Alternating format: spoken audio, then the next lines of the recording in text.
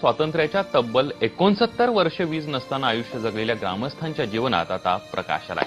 कोल्हापूरच्या भुदरगड तालुक्यातल्या 2 वाड्यांवर शुक्रवारी वीज पोहोचली आहे। पाहूया एक स्पेशल रिपोर्ट। गेली 69 वर्ष आमच्या घरी लाईटच नव्हती, पण माझ्या जन्मापासून पण कधी असा लाईट येईल असा आम्ही विचार सुद्धा केला नव्हता। एवढ्या खेड्या गावात इथे लाईट येईल। चले तो जीतेंगे, हम साथ चले तो जीतेंगे, हाथ में हाथ चले तो जीतेंगे।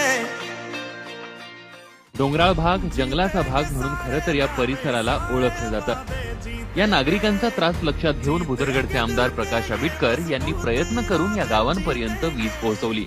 जीतेंगे हर मंजर को, हर मुश्किल को जीतेंगे, जीतेंगे सब।